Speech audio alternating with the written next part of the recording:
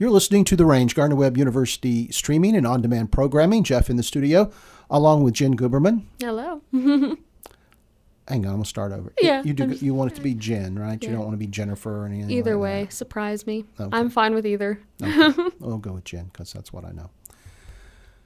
You're listening to The Range, Gardner Webb University streaming and on-demand programming coming to you from the campus of Gardner Webb University. Jeff Powell in the studio, and with me is Jen Guberman, who is a student at Gardner Webb University and also a published author. So welcome. Hi, thank you. It's pretty cool when you can talk to. Help me out here. I think you're a senior this year. Technically, one of those. You've got enough hours to be a senior, yeah, but you're still a junior. Yes. Okay. So here you are, a junior we'll go with, here in college, and you've written a book. Mm-hmm. There are not many undergraduates who can say they've written and published a book. So tell us a little bit about your book. Do you mean like the plot of it, or? Well, no spoilers or anything, yeah, but course, what's the genre, what's it okay. about, and then we'll go from there. Well, it kind of fits into a category. It's called new adult, so it's kind of in between adult and young adult. It's a newer genre that's kind of surfacing because it used to qualify as young adult, but there's so many books that fit into it because it's people around the college age, honestly, like 20s, early 20s. It's a dystopian society fiction novel. It's about this one girl, and she's a thief in this one town. And so this is like years after this big war. The population's way down, and like the cities no longer really want to maintain like a prison system because they don't have the population for that. And so instead, they revert back to old styles of exiling people, but instead of just straight up kicking them out, they put them in these little towns based on whatever their crime was. And so the main character, like I said, she's a thief, so she gets caught stealing, gets exiled to this town for thieves.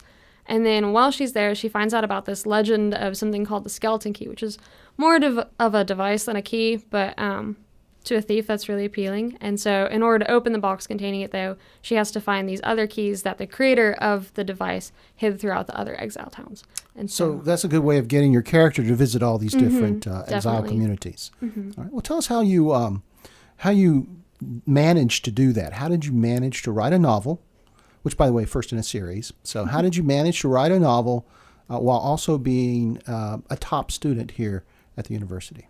Oh, well, it's not easy. It definitely takes a lot of time management skills and getting on my homework sooner rather than later because especially last semester, I've been working on and continuing to work on the second book, and I was finding that a new strategy that works for me is getting my homework done like immediately after classes. And because all my classes now are later afternoon, I get up earlier in the morning, not too early because college and early mornings doesn't really mix, but nonetheless, I get up a little earlier, I'll order a coffee or something like that from the coffee shop, and I'll just sit there and work on my book. Okay. But it's pretty much like treating it like it's its own course, because if you don't, you're just going to put it aside. But if you tell yourself, like, I have to do writing at 9 in the morning or whatever time you set, then that's the best way to do it. That's really interesting. As I've interviewed writers and also musicians over the years, I find that the approach can often vary. Mm-hmm. Some people, well, I can only do it when the muse hits, and it's just it's that lightning bolt out of the blue. But others work at it very intentionally. Yeah. I think Stephen King wrote somewhere that 8 hours a day he sits down and writes, whether he wants to or not. He sits down and writes for 8 hours a day. So it's interesting to hear how you have to have that discipline and that particular time set aside for writing. Now, sometimes that time is really unproductive, and I'll end up writing maybe like 20 words, and then I sit there just kind of staring at the screen the rest of the time. Or if I just get really stuck, like I'll just end up on Pinterest somehow or something like that. I get a little distracted at times. But then some days I have like a set playlist for when I'm writing as well, because it really fits the vibe of my book. So that does tend to help. But sometimes I'll write 20 words and I'll be sitting there for 2 or 3 hours. And then some days for the same amount of time, I'll get, 2,000 words done or something like that. Tell me about your playlist. I'm intrigued now. What is it you're listening to while you're writing this fiction for young adults or new adults and dystopian society, etc.? What kind of playlist do you have? It's a little unique because listening to happy, want to skip through a field of flowers classical music doesn't really fit. I did find a website that has a bunch of different playlists for different genres, including dystopian, so once in a while I'll listen to that. But my own personal playlist I don't really know how to describe it. It's kind of a little electronic, but not. It's hard to describe. Some of the groups are, or artists at least, are black metal, Odessa, and things like that. So a little bit more of an electronic feel to it. Typically, few lyrics, if any, and if there are lyrics, they're very repetitive ones, so I don't get distracted by that. Okay, that's an interesting aspect of how you discipline yourself and how you get in the mood for writing. Go back and tell us the sort of the genesis of this. When did it occur to you that you wanted to write a book? How did you develop the idea of the book, and how long of a process has this been? Well, I initially wanted to write a book pretty early on. Even when I was in elementary school, I tried to write a book. I used to love the Magic Treehouse books when I was little. Oh, yeah. And so being the not super creative child that I was, I used the same character names, and I wrote a book called The Magic Flower. Not a treehouse, but a flower. Yeah, and they could make wishes, and every time they made a wish, a petal would fall off. And it was like this really silly book I wrote in a notebook, and my mom typed it all up one year and printed it off for me. And it just kind of developed from there. And in middle school, I was writing short stories. In high school, I attempted to start novels, but I only ever got maybe like 10 pages in and things like that. I'd have this great idea, but it didn't really develop into anything. And eventually, it was the idea for this one actually came to me because I love a lot of dystopian society books. And I love the idea of categorizing people, at least in novels. Like, for example, a really good example of this is the Divergent series. They categorize people if they're smart or brave or things like that. And I was like, well, that's a cool concept. How can I build on that? How can I change that? And I was like, what if people were only sorted based on negative traits? And I was like, well, that just seems like it's some kind of fan fiction or something like that. It's not very creative. It's like, what if people don't have to be sorted? And then it kind of developed into what if people are only sorted if they do something wrong? And so I developed it from there. Like, what are different categories of crimes or something that people can commit? And then I was like, okay, what can I do with this? And like, I like the idea of having a thief as the main character because I didn't really want to write it from like the perspective of a murderer or something too extreme. But I still want it to be interesting. Because you could maybe connect as a reader to that thief because what they've done is not that bad. Yeah. As opposed to, as you say, murder, some serial killer out there. It's going to be harder to identify with them. Yeah. And I definitely tried to convey in the book too, like I by no means support crimes or anything like that, but I liked the idea of making readers really think like that they're supporting these characters and things like that, and then take a step back like, wait a minute, I'm supporting these people who were arrested for this violent crime, but really it was because they were defending somebody or something like that.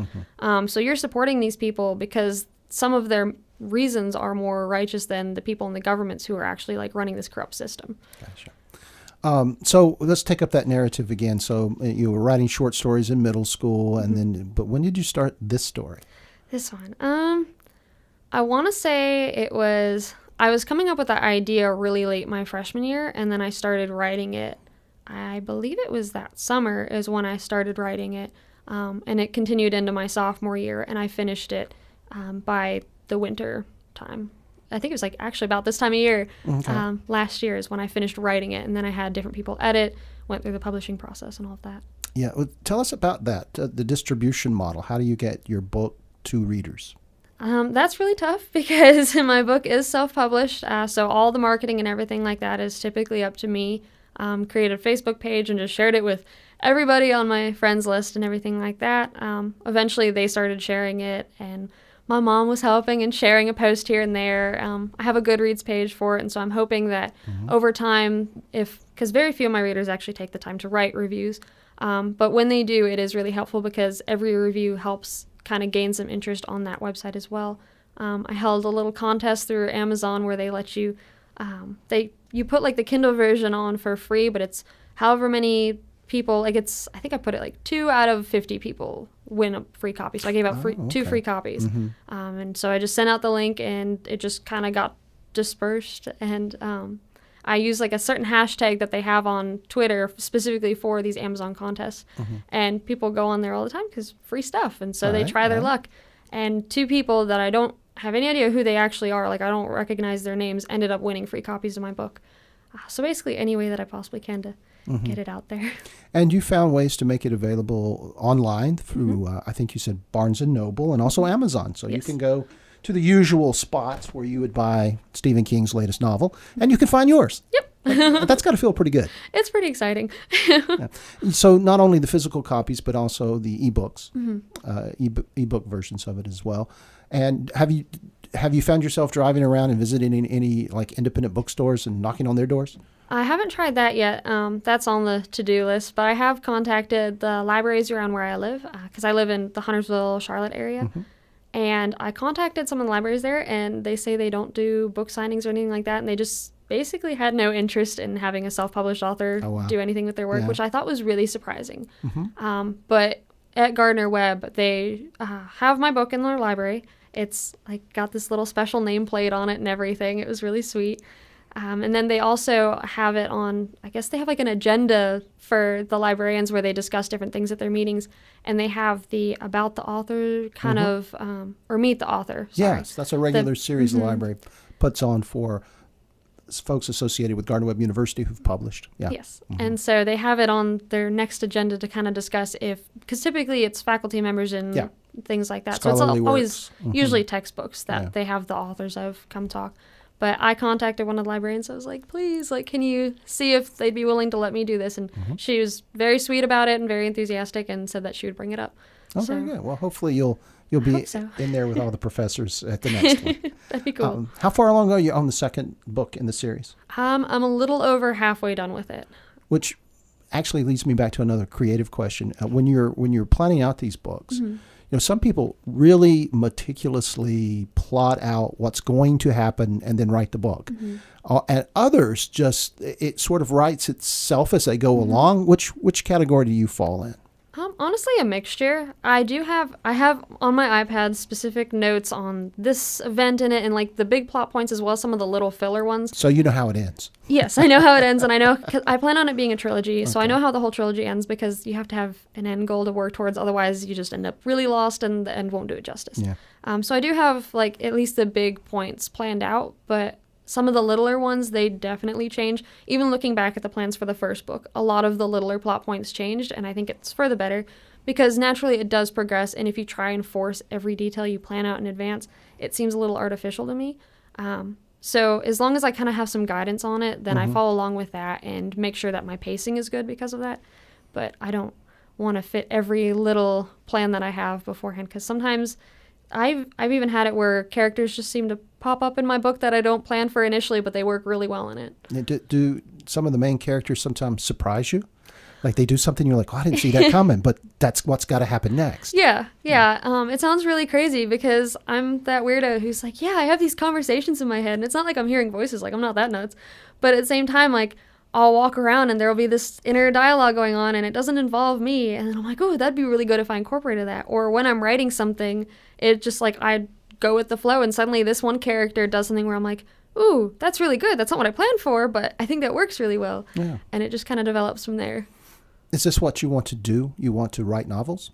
Not for a living, because I've read a lot of quotes and articles about if you want to be an author for a living, you picked the wrong career. It's really hard to do. Yeah. Yes, it's not really something that you typically make money doing. And even with the copies of my book, I sell them for pretty much as low as I can because the percentages that the companies have to take, of course. So I sell it for pretty bare minimum just because my goal isn't to make money doing it. It's to not go bankrupt, but to still get my book out there. So what is your major? My major is public relations with minors in film and French. It's really eclectic. Well, there you go. You'll be prepared to do a lot of different things. This is true. Okay. All right. Well, again, Jen Guberman. And the name of the series? I don't think we even mentioned the name of the series or the name of the book. The series is the Eos Dawn Series, spelled EOS. But the first book is called Eos. The second one, I can release the title of the second one because it's for sure it's going to be called Fortitude. Is there a place like Facebook or Twitter where people can follow along with the progress of your writing? Yeah, I have a Facebook page. If you just look up Eos Dawn Series, it should pop right up. All right, sounds very good. Jen Guberman from Gardner Webb University, young author and aspiring film editor, critic, graphic designer, and all that kind of stuff. She's everything. The universal woman.